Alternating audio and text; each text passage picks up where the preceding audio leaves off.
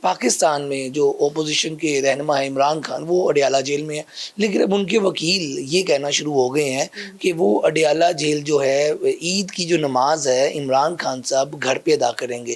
تو آپ نے ان کے بارے بھی بڑی پروڈکشنز کی ہوئی ہیں جو کہ ہم نے دیکھا کہ کچھ صحیح بھی ثابت ہوئی ہیں۔ تو اچھا، ساری یہ تو یہ بتائیے گا کہ یہ اب عمران خان صاحب کیا جیل سے باہر آ رہے ہیں؟ آپ کے پاس کیا اس کے حوالے سے علم ہے اپنے؟ میں تو کہوں گی کہ اب ڈیل کر لیں، یہ آخری موقع ہیں۔ اگر یہ اپریل بھی 23 اپریل تک بھی کمپرومائز یا ڈیل نہیں کرتے، رہائی تو ڈیل کے نتیجے میں ممکن ہو سکتی ہے۔ پھر عمران خان، اور اگر آپ کہیں گے کہ پاور میں آ جائیں گے، سیاست میں آ جائیں گے، یہ مجھے نہیں نظر آتا۔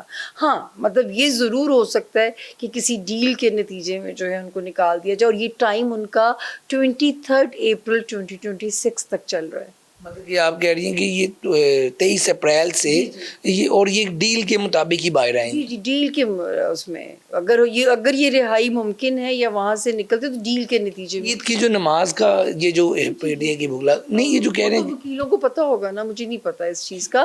میں تو ڈیٹ سے احاطہ کرتی ہوں نا۔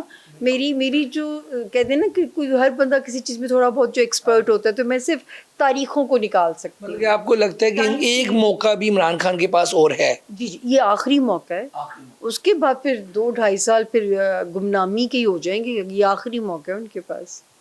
اچھا، لاسٹ پہ سامیہ خان صاحبہ، یہ ایک سوال جو کہ ہر بندہ پوچھنا چاہتا ہے آپ سے، جو ماضی میں آپ نے پریڈکشنز کی، ہمارے انٹرویو میں بھی کی، اور یہ سچ ثابت ہو گئی، تو اس پہ لوگوں نے آپ کو فون کیا، یہ کہ آپ کو خود ایز اے پامسٹ ایسٹرولوجر کیسا لگا جب ایک آپ پریڈکشن کرتی ہیں اور وہ صحیح ثابت ہو جاتی ہیں، تو یہ کیا پھر فیل ہوتا ہے؟ بڑی تنقید کا سامنا بھی کرنا پڑتا ہے۔ کوئی کہتا ہے کہ جی مجھے فوجی صاحبان معلومات دیتے ہیں، کوئی کہتا ہے اب کرونا کا آنا مجھے کسی کی چڑیا نے چڑیل نے مخبری دی ہوگی، کوئی کہتا ہے میں نوائے وقت کے صحافی مجھے کالم پڑھ کے میں پیش گوئیاں دیتی ہوں۔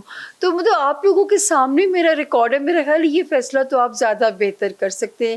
دیکھیں میں وہ واحد اسٹرالوجر ہوں جس نے اسلامک اسکالرس کے ساتھ بیٹھ کے اپنے علم کو ڈیفینڈ کیا، اور مجھے سند ملی، سرٹیفکیٹ ملا وہاں سے کہ اگر آپ کوئی پیش گوئی دے رہی ہیں، اس کی لاجک آپ کے پاس ہے، تو آپ علم کے راستے پہ سامیہ خان۔ وہی یہ اللہ کے پیغمبروں کو پتہ ہے، غیب کا علم مکمل اللہ کو پتہ ہے۔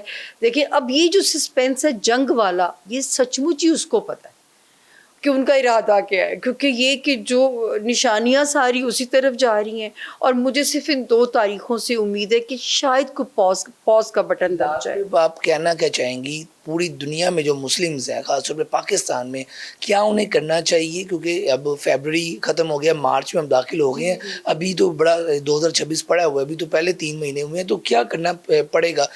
آپ نے اور بھی بہت سی پیشن گوئیاں کی تھی سال کے مطابق، شروع والی تو صحیح ہو گئی ہیں، تو اب کیا کرنا چاہیے بچنے کے لیے؟